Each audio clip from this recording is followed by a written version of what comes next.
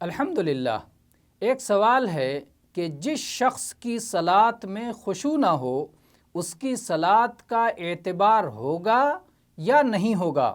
اس کا جواب ہے کہ جہاں تک ثواب کا مسئلہ ہے تو یہ بات یقینی ہے کہ اسے اپنی صلات کا اتنا ہی ثواب ملے گا جتنا کہ اس نے اپنے رب کے لیے خشوع اختیار کیا اور جتنا کچھ عقل و ہوش کے ساتھ ادا کیا۔ لیکن جہاں تک دنیاوی احکام میں اعتبار اور قضا لازم نہ ہونے کی بات ہے تو اگر اس پر خشوع اور عقل و ہوش غالب تھا تو اس کا اعتبار کیے جانے پر اجماع ہے، اور اگر بے خشوعی اور عقل و ہوش سے دوری غالب تھی تو اسے دوبارہ ادا کرنے کی فرضیت پر فقہائے کرام میں اختلاف ہے۔ فقہا کی ایک جماعت نے دہرانا فرض قرار دیا ہے۔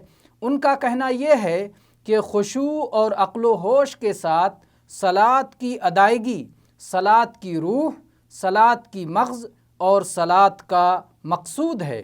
جو صلات اپنی روح اور مغز سے خالی ہو، جس کی محض ظاہری صورت باقی ہو، اس کا اعتبار اور شمار کیسے کیا جا سکتا ہے؟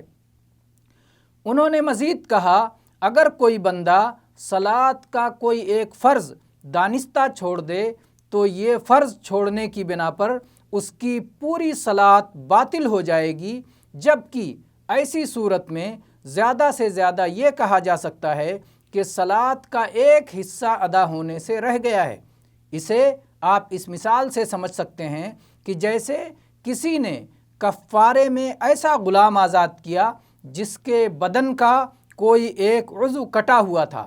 فرض کفارے میں اگر کوئی شخص اللہ کا تقرب حاصل کرنے کی خاطر ایسا غلام آزاد کرے جس کا ایک ہاتھ کٹا ہوا ہو تو اس غلام کی آزادی ناقابل قبول ہوگی، ناقابل اعتبار ہوگی۔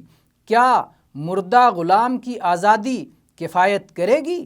اسی طرح اگر صلات اپنی روح، مغز اور مقصود سے خالی ہو تو کیا وہ مردہ غلام کی طرح نہیں ہے؟